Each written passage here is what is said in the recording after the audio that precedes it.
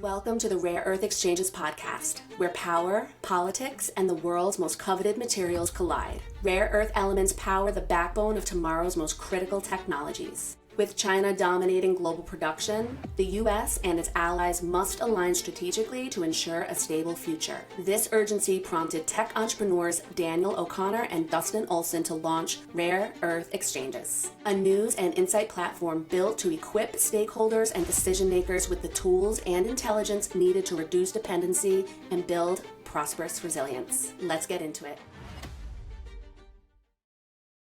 Hey everyone, welcome to the Rare Earth Exchanges podcast. I'm your host, Dustin, joined by my co-host, Daniel. And today our special guest is Jack Lifton. Jack has been probably an icon in the rare earth industry and is the co-chair of the Critical Minerals Institute, a globally recognized authority on rare earth elements and technology metals, and who coined the term technology metals at the turn of the century. With over 60 years of experience, spanning OEM automotive, rare metal processing, government advisory, and reputation for blunt commentary throughout the internet. Jack, you've been working in this industry since 1962. And before the show started, you were telling us the reason you got started is because your dad told you needed a job and you wanted a car. So if you could unpack some more of that, how you got started, why you were drawn to this space, and also, you've seen a lot of crises happen in your career. So tell us a little bit more. What happened to me was I was 18 in 1958. I believe it was 57 or 58 when the Russians launched Sputnik. This was a huge shock to the American psyche, which was that no one else could ever outdo us. As an aside, I'll tell you that when the cameras were off, people would say, damn, our German scientists are better than their German scientists. What's going on? So the point is, I went to a high school in Detroit called Cass Technical High School. I had 3 years of chemistry, 3 years of math, things like that. My generation, everyone was going to be a doctor except me. I didn't like the sight of blood. So I got interested in chemistry. Then when Sputnik hit, everyone went into engineering and science. That was the world we lived in. Our fathers had fought in World War II. We didn't know anything about virtual signaling or any of that nonsense. We just knew that to maintain America's position in the world, we had to always be ahead of the other guy. In those days, that was the Soviet Union. So I decided to go into chemistry. And as my studies went on, I got very interested in metallurgy. So when I was in graduate school, I got a job with an inventor in Detroit, far out. His name was Stan Obshinsky, and he is, if anybody ever looked it up, Stan had the second highest number of patents after Thomas Edison. Okay. And he was in electronics. That's what he was doing. So he devised various switches. And so he hired me because in those days, I was going to school full-time and working full-time and sleeping, the balance of the time. So he didn't care what my hours were as long as I did the job. And so that was a wonderful opportunity. And one of the things I remember he said, we were going to dope semiconductors. And to do that, you needed ultra-high purity material. Well, we looked at all the +3 valence elements. That included the rare earths. The California crowd, they had never bothered with this. They were doping their silicon with arsenic and things like that, and phosphorus. And so Stan decided we should look at all the +3 elements. Since he never, the most education he had was the 8th grade.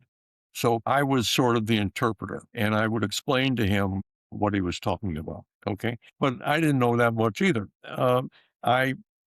One of the things I chose in 1962 was dysprosium. Now, dysprosium had only been available in small quantities from Fisher Scientific for 2 years at that point. Okay, so nobody had looked at it. That's what Stan liked, things that nobody else had looked at. Well, the problem was you got this cruddy stuff in a glass bottle, and we needed high purity. So I became the specialist in producing ultra-high purity materials to dope ultra-high purity silicon I learned quite a bit because there was no teacher. I had to do it on my own. And I purified gallium, tellurium, dysprosium, things like that. And it was wonderful because cost was not an object. When I told the management to do this, I need a very expensive machine. And they'd say, okay, when can you get it? And I said, it's in England. And he said, well, we'll fly it over. And I said, it weighs a ton. And the answer was, so anyway, we got all the machines. And lo and behold, 1963 or 4, I made the first solid state memory cell ever. And about 40 years later, I think Sanyo, or I believe, started marketing this stuff. And so I called Stan, who was then in his 80s or so, and I said, hey, the memory cell, somebody's finally commercialized it. He said, yeah, and how long did it take? I said, 45 years. He said, yeah, that's about how long it takes the geneticist to get something done. Okay. That's the end of my old man story. So I've been working with rare earth chemistry for more than 60 years. Which is amazing, Jack. And, as we've gotten to know you more, you're a treasure trove of knowledge, an American treasure trove of knowledge, which brings me to a topic that's important. We're right now in the middle of a resurgence of industrial policy in the United States. Several $billion has been allocated in various forms, loans, LOIs, what have you, involving the federal government to various mine to magnet projects. Okay. Now, but we see challenges. We write about them. We have more and more investors subscribing to learn about, what some of these challenges are. As you see it, this theme of can money buy our way out of this crisis? Can we talk about that? I think it's a very important topic. I think the answer is no, because the problem in the United States today is that we don't seem to have any technologically educated people in our federal government. We seem to depend on the advice of bureaucrats, and some of them have multiple PhDs and all this stuff. And then, as they would tell me at what was then called the Department of Defense when I was an advisor, they'd say, if we don't have anybody in the Pentagon, then we will simply go to the academic world for experts. And my answer was, here's a metric you guys ought to use. You ought to put a nail salon in the Pentagon and ask the nail specialist, do any of these guys have dirt under their fingernails? Have they ever had dirt under their fingernails? Now, they thought I was crazy. I always talk like that. The fact is, none of their experts had ever been involved in industry. Okay, so they were strictly, even the bureaucrats in the Pentagon, they're simply advisors, based on academic training, and none of them has ever been they might have a geologist, but none of them has ever built a mine or a processing plant. And I'm amused now at my age by listening to people talk about supply chains when they have no idea what they're talking about. And I tell them the supply chain for hairpins is quite different from the supply chain for nuclear reactors, which is quite different from the supply chain for germanium, which is quite different from the supply chain for gallium. What are you talking about? Well, you dig a hole in the ground, and then you wind up with whatever gallium is. I said, no, that's really not how it works. What intrigues me is the financialization of the U.S. government is now complete. The only people they listen to are financial advisors. Okay, and there's nobody that I can see in the federal government who has a background in experience. Okay, and I don't mean any disrespect, but I don't even go to a doctor who isn't at least 50 years old.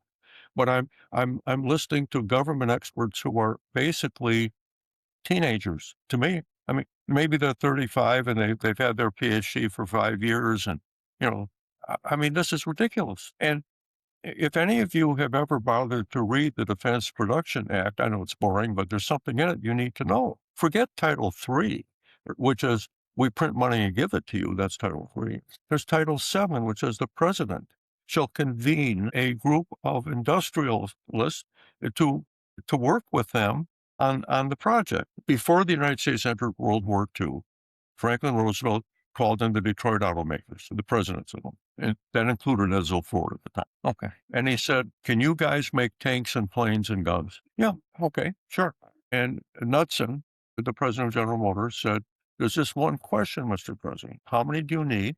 When? And how do we get paid? And the president said, you'll draw a draft on the United States Treasury, and any bank will honor that. That was then, of course. Now I don't know. But the thing is, they made more planes, tanks, machine guns, naval rifles, cannon, than all of the Axis powers put together times two. So that was then. And I'll just give you an example of how America's changed. When I was 16, they had a Jefferson-Jackson Day dinner in Detroit. That was a Democrat Party thing. And I was in Detroit. You were a Democrat or you weren't in Detroit in those days. The UAW rule. Okay. So I was a page, this thing. And afterwards, John Foster Dulles sat down with us to talk, okay? And the guy was brilliant. I mean, he's sitting on steps and smoking a cigarette, and just talking to the boys, and it was inspiring, okay? Now, fast forward, 60 years, 70 years? Do you have people like that anymore? Do you know that we had people, like the Secretary of State in the Eisenhower administration? His uncle was the Secretary of State in the Woodrow Wilson administration, and his grandfather was Grover Cleveland's Secretary of State.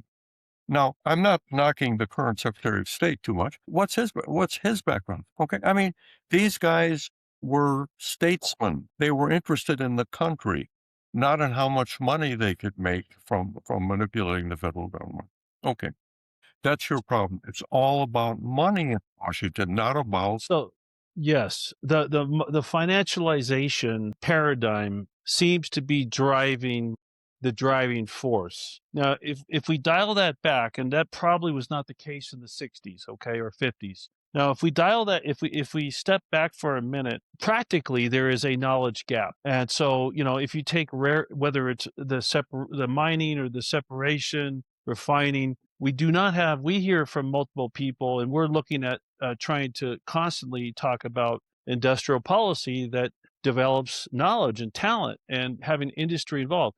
You want to talk about why, if that talent isn't there, we can't build mine to magnet operations at scale that are profitable. Well, in the Western world, and United States, Canada, Australia, Africa, we're pretty good at mining. In fact, we have the cleanest, most efficient mining in the world because our governments don't allow us to create toxic tailings and kill people with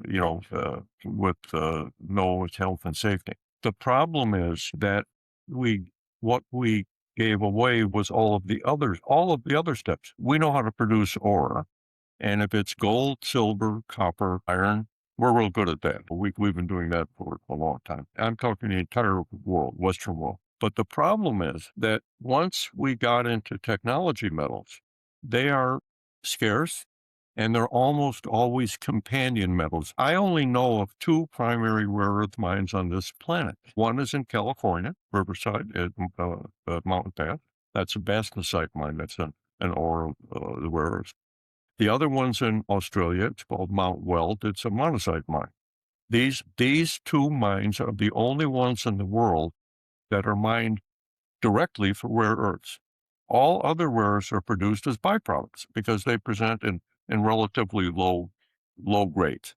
The problem here is that it's very expensive to produce these rare earths, for example. Very expensive.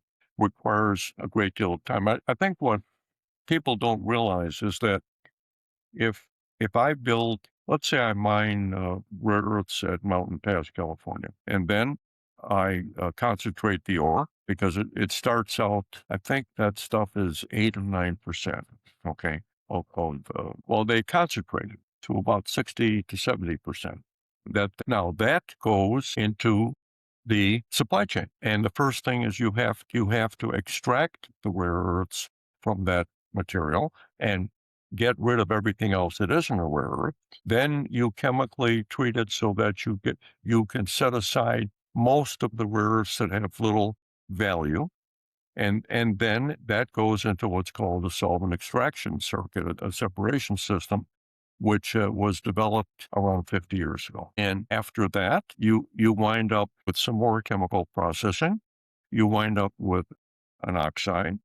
You convert that oxide to a fluoride. That fluoride is used to make the rare earth metal and alloys, and those alloys are then processed into particular shapes, and they're made into magnets, for example. Okay. Now, I don't know. I think I just described 6 steps. Now, here's the problem. At the present time, all we do in America is we have the separation. We have no commercial metal or alloy making, and we have no commercial magnet making at this point. We have people that are making some magnets, but they're mostly just trial runs and samples. And then the most important thing that the government seems to not know is that to qualify your magnet for use in an electric motor, for use in a car, a wind turbine, a vacuum cleaner, a hand dryer in the bathroom, that kind of thing. It's easy to get Dyson to approve you for the bathroom hand dryer.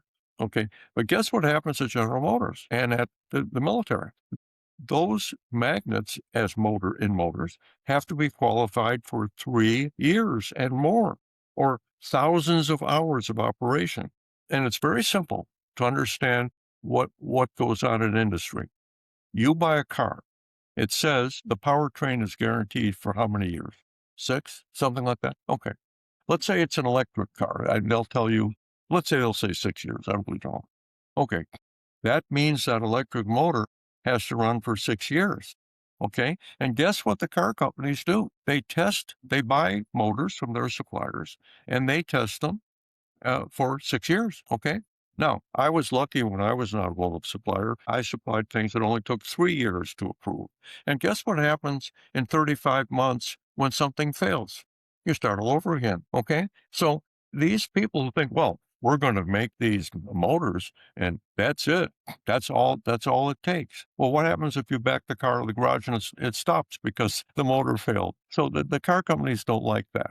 And so they require that you be qualified. Now, let's say, I don't know if either one of you is a brain surgeon, but maybe you are. Right? The thing is, if I get you, let's say you're a thoracic surgeon, you're not a brain surgeon. So I get you a book on brain surgery, and I say, read this over the weekend, and then you can take my brain out on Monday. That's how I see the government operating.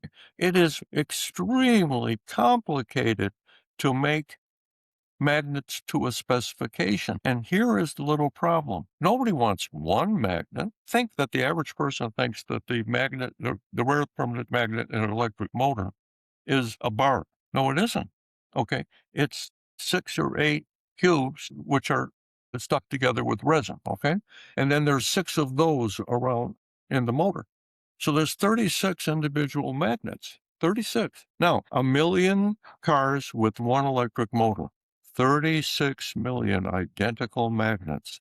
Now, I don't know about you gentlemen, but I've been in industry, and I can tell you that, like at General Motors, they would accept 1 to 2% failure in parts. I mean, they were tested before they were put on the car. I was also supplying Daimler in Germany, and their test was 1 part per million. You may notice their cars are better than ours. It was extremely hard to become a supplier. And once you did, you had to work to keep at it. And then, of course, the bottom line was that they would say to you, we won't pay your rate. We want it for 10 cents cheaper. That's my margin. Well, it's too bad because the guy across the street's got the same thing, blah, blah, blah. Okay. So this is called business. None of this seems to affect the Pentagon because the Pentagon doesn't care about price. They only care about capacity. They need so many units of something for their systems integrator, otherwise known as an aircraft or tank builder. And Right. they do that. Okay. Now, in consumer industry, it's much tougher because there's this thing called price that determines whether they're going to buy from you. I mean, your product's got to work. That's given. Okay. Nobody's paying attention to this because building a mine is extremely expensive. If you had to rebuild Mountain Pass today, you're looking at $500 million to $1 billion to get it into operation. They've already spent that. That's done. So now we need, and I'm going to throw into that the part of the supply chain where the material is extracted and concentrated. In mining, that's called beneficiation. So now I need a separation plant. Well, guess what? Molycorp, the predecessor of MP, spent over $1 billion building a separation plant that didn't work. And they went bankrupt before they could actually fix it. So in the United States, I know of 2 separation plants that have been built in the last 25 years. Actually, they've both been built in the last 3 or 4 years. And the problem is both of those companies don't have any feedstock. But they're planning, one is a mining company, one is a military contractor, and they're planning to get feedstock. Okay. Now, next step, what comes out of the solvent extraction system cannot be made into metal until it's transformed into a chemical called fluoride. Now, in the United States, Jack, sorry to interrupt you. Just scientifically, why is that? Why do you have to convert it to fluoride, the oxide to fluoride, to then metallize it? Why is that? Just I wasn't sure why that is. the procedure used to make rare earth metals and alloys is called molten salt electrolysis. What you do is you make a liquid bath of lithium fluoride, neodymium fluoride, fluorides, okay? Because it's turned out they have the lowest melting point and it's most efficient. Then you drop a graphite or an electrode in there and you electrolyze it. The liquid, while it's molten, this is 1,000, 1,100 degrees. Okay, so the metal forms on the electrode, and if the bath is hot enough, it drops to the bottom, and you tap it. I mean, I'm sure that somebody working with a Bessemer converter in 1870 would have understood immediately what's going on in this plant. Okay, well, go a little further because the copper is produced this way. So the problem is that a great deal of time and effort has been extended on trying to determine the ideal composition of that molten salt bath. The best is lithium fluoride and rare earth fluoride. So now here's the problem. If you use a carbon electrode, a very high purity carbon, you have a little problem because the byproducts are carbon tetrafluoride and HF and sometimes even F2. So these are extremely corrosive and toxic materials. And so health and safety costs are just as big as the cost of the equipment. Now, you're saying, why do they do that? Well, actually, that's the most recent development. Prior to that, it was done literally by using what was called metallothermic reduction. So you would take the oxide of a rare earth, mix it with calcium, magnesium, or lithium, something like that, and then you cook it in a furnace, and you'd have a reaction, and you'd form the rare earth metal and the calcium, magnesium, lithium oxide, okay? And then you would distill that metal, and you have metal, okay? And so you're saying, why do they do that? Because that is up until now the traditional way, the legacy method of doing it. The Chinese produce hundreds of thousands of. Now, Right. interesting thing, no one in the United States is doing this today. No one. So and I tell people the following. I say, okay, so you have now done the solvent extraction separation of the rare earths into individual high purity chlorides, and now you've made oxides, okay, or carbonate, oxides, let's say. Now the oxide has to be made into a fluoride. I only know of 2 companies in the United States that can do that, and that is not their business. When a client of mine produced those oxides, the company that makes the fluoride said, take about 4 months. And I said, why? They said, because it's a small batch. That's not what we do for a living. We'll get it done. You want it to go in first before our other customers? You'll pay double. So, you wait a few months. The fluoride, I don't want to bore you guys, but you have to be concerned about the hygroscopic, whether or not the fluoride absorbs water from the air. Because if it does, you can't use it. So you have to keep it dry. Mm-hmm. Okay. So now in America, we have a group in one of our universities which has developed a way of using chlorides, not fluorides, rare chlorides, okay, in the same process. Uses by the way, the biggest cost of making the metals is electricity. That is overwhelmingly the biggest cause. Oh, Wow. the chloride group in one of our universities, they've been able to do it with chlorides and use a lot less electricity. And then the exhaust gas is only HCl, maybe some chlorine, carbon tetrachloride, but the problem is health and safety. Okay, now let's say I've got the metal and I can make the alloy in a similar way in a specialized molten salt bath, okay? Some of the alloys. Not all the rare earth metals can be done this way. Two of them, samarium and terbium, cannot be done in molten salt electrode. They have to be done by metallothermic reduction. So your plant needs a separate system for that. Okay, now I've made the metals and alloys. So now I have to go through about a 6-step process to prepare a blank, which is going to become a magnet. All these steps have to be done. That's the supply chain for the magnet. So there's many, many steps. They're specialized. The fellows who do the molten salt electrolysis probably aren't very good miners. The guys who run the solvent extraction plants know nothing about mining. They're chemical engineers. The guys who make the magnets don't care about anything except getting the blocks in the right shape and composition. We talk about this as if it's one thing. You have people who are saying, we're going to build a mine to magnet company. Wow, that's going to take a long time. Well, and if I may, that's a good transition to the topic of quote unquote wish factories. Yeah. So remember, a big audience of rare earth exchanges are investors, and many retail investors want to know more about this. They want to understand what the risks are, what the real risks are. So if we look at this talent gap, we're learning how to do this again. Sure, there's some experts out there, yourself, but we have to learn how to be industrial again. The concept of a wish factory does that mean that a company that's got financial backing will announce their intentions, but actually executing all of these steps, the division of labor, the human capital, it's going to be a lot more costly and time consuming than perhaps the plan says? It's going to be multiples of the time, they say, because we don't have people who've been sitting around, just watching television and happen to be experts at making magnets. We don't have people who have done molten salt electrolysis. Okay, I'm going to get criticized for that because we make a lot of metals by molten salt electrolysis other than rare earths, but rare earth metal is really a challenge. We haven't done that. 25 and 30 years ago, our industrialists in America said, you know what?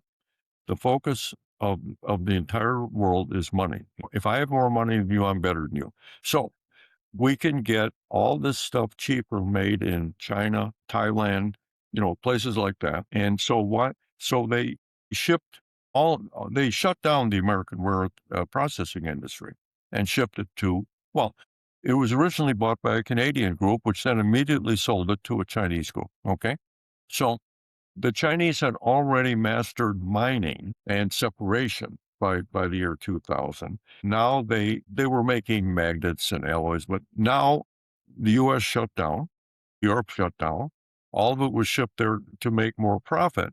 And what they forgot was we don't know any way to store people cryogenically. So the guys who were 50 years old in 2000 are now approaching 80. And they're just not interested in showing in going back to try and build a rare earth permanent magnet industry. And the problem is, if you ever thought about engineering, when you graduate university, I don't care how many degrees you have, you get a job in an engineering company, chemical engineering, electronic engineering, okay. And the first thing that happens is they assign a senior engineer to you.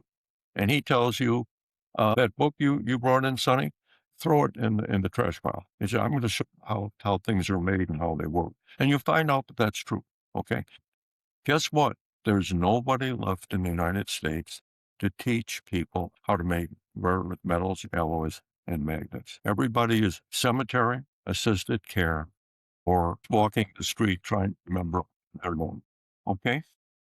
Yes. And Jack, this is a very important point, and we're about pragmatic solutions for America. America has to become resilient again. Okay. So does Europe, and nothing against China. They've just done what they did for what's good for them. We have to, and I know we're getting close, Dustin, towards the end, but the point is, there is a knowledge gap. Jack, if the White House called you in tomorrow, and maybe they will after this podcast, and said, Mr. Lifton, we're going to get real serious about this now. We've put money, we've circulated money around, we got projects, but we've got to go to this next level. What would be the biggest or the most important recommendation you would make to the White House? That they create a system whereby they select students and pay their way all the way through school to get degrees in these specialties. The reason they won't talk to me, they don't want to hear about it,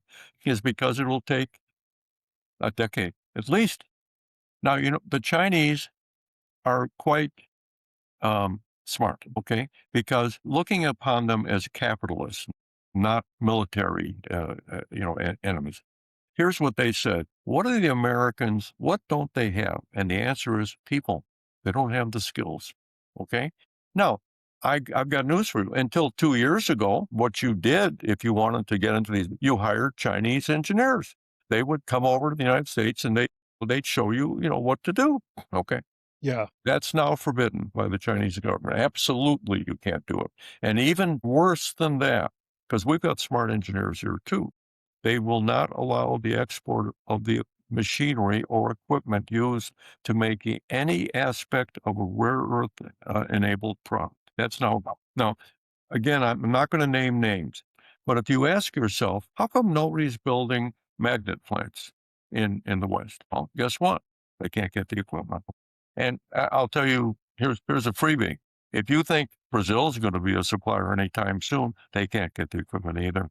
Okay. And even if they could get the equipment, you need the people that know how to, if you buy a complex industrial machine, do you honestly think that it shows up in a box and your workers take it apart and they plug it in and it works? The company selling you the machine sends technicians I remember the Japanese of course. technicians for robots for the automotive industry. Those technicians stayed here for 2 years. Okay. So you can buy the machine maybe, and some of these companies have gotten some of them, but you have to put them into operation efficiently. What nobody seems to want to talk about. I always say to people, they tell me, I'm going to do this. I said, that's great. My question to you is, I want to buy a kilogram of neodymium metal from you when you're done making it. How much is that going to be?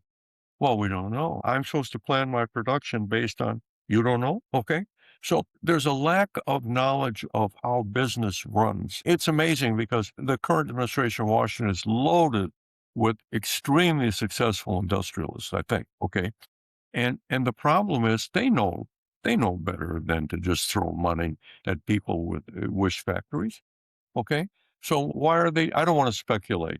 Why are they throwing so much money at these people? Well, I think that, there's any number of reasons, but culturally, we have become, and this is across the board, instant gratification, entertainment, spectacle society. So we're going to go do something. We're going to make lots of announcements. We're going to throw money around.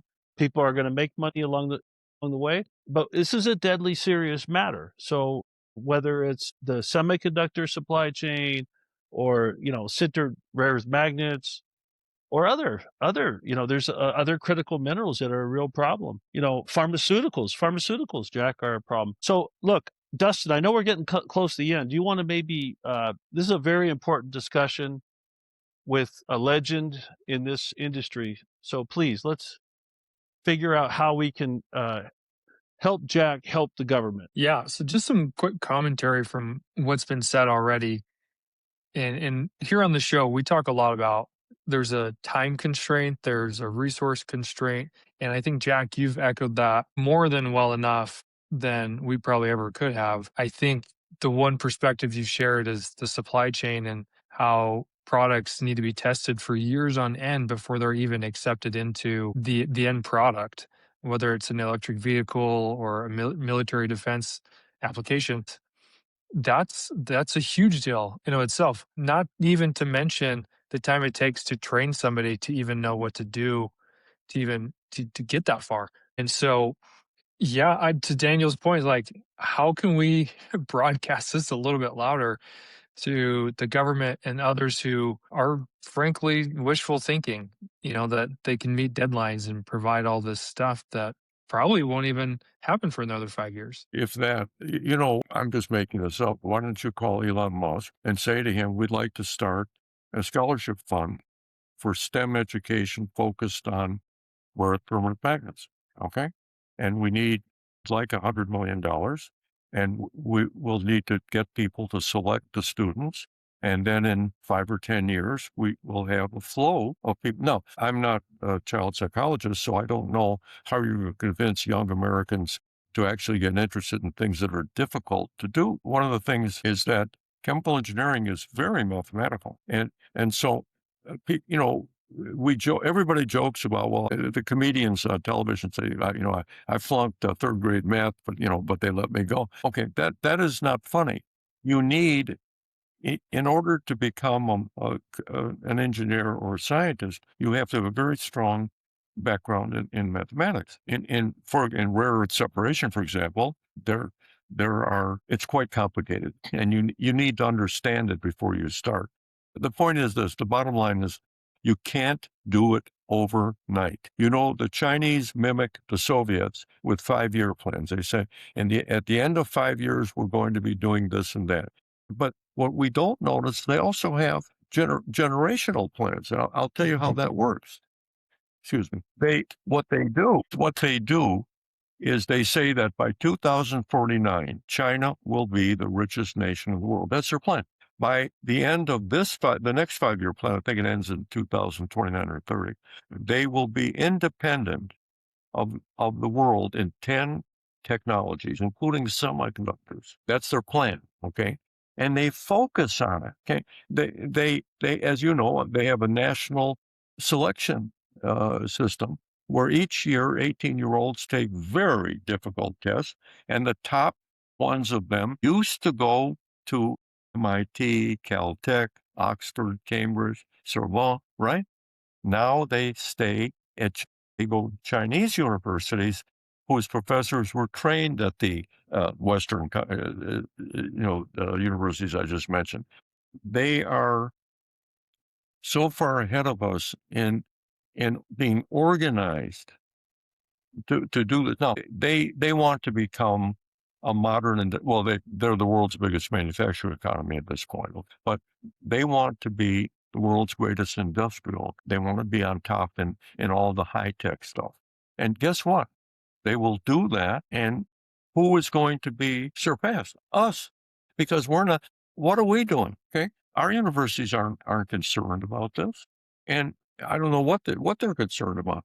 Washington is on the wrong track. We need to have a massive STEM education movement in this country if we're ever going to catch up and go even again with the Chinese and these technologies. Okay, I don't see it happening.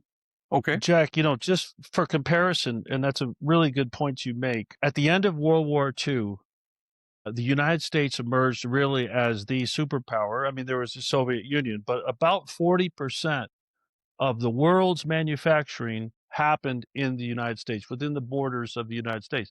Today, China is approaching 40% of the world's production, maybe between 30 and 40. We have to really look at that seriously. I think we've gone over, Jack, I just have to say, we're very grateful for everything that you contribute. We have to say, we speak with people all over the world. They come to rare earth exchanges. I mentioned that one African country where we're working with a group that represents about 500 miners and rare earth, and they want to do business outside of the Congo, out of DRC. Who did they mention as someone they read? Every article is Jack Lifton. So you're well known around the world, and we're very grateful, that you contribute your time and your brain power to helping to solve this problem. Dustin. Yes, and Jack, I think it would merit maybe a part 2 episode to kind of keep the conversation going with 6 decades of watching governments, companies, and investors kind of get rare earths a little bit wrong or a lot wrong. It would be great to have you back, and we could not be more excited and grateful to you to have you here on the show today to share your perspective. Let me close and Dustin, sorry, Jack, before we close, we should also, Dustin, share Jack's website if people want to get in touch with him. Yes. Well, Jack, where can people find you? well, either at the Critical Minerals Institute or jacklifton@gmail.com. I don't have a website. Okay. Perfect. But I just wanted to tell you that the nations of the world, the developing nations, after World War II, what they asked us to do, because we were the only remaining wealthy power, was to help them industrialize. And what they wanted was to stop being natural resource providers. They wanted to use those, add value to the resources in their own countries and make cars and things like that. One, import substitution, stop importing from the Westerners and make it themselves. Second, maybe even export. And they would still sell natural resources. This is completely ignored in Washington. These people in Washington today think that it's the obligation of Africa, Asia, South America to provide us with the natural resources we need to fight them evil communists. Okay. And they couldn't be more wrong, because the Chinese have basically done what the third world nations of 1946 asked. They come in, they build railroads, schools, they teach people. No, they, of course, are Chinese, were capitalists 2,000 years ago. They'll be capitalists 2,000 years from now. They call themselves communists. That's a momentary thing. So the point is, they figured out what we did wrong when we were focused on the Soviet Union as the great enemy. And they have gone in all over the world and said to these countries, these global South countries, yes, we want your natural resources, but we'll build a battery factory in your country using your lithium, like Chile, okay? And then we're going to export a lot of those batteries. You pay us for doing this. We'll export a lot of those batteries to China for our own companies. Oh, and by the way, we'd like to bring our Chinese electric cars into your country, and we can use batteries made here, okay, for those cars. And also in Brazil, we'll build car factories. Brazil has 200 million people, okay? Now, what do Americans do? None of this.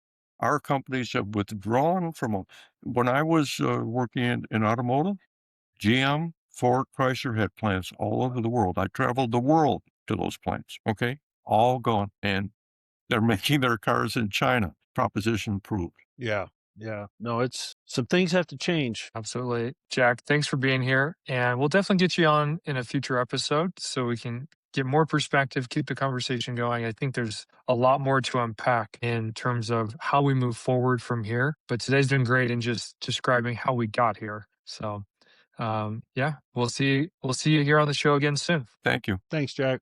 Thanks.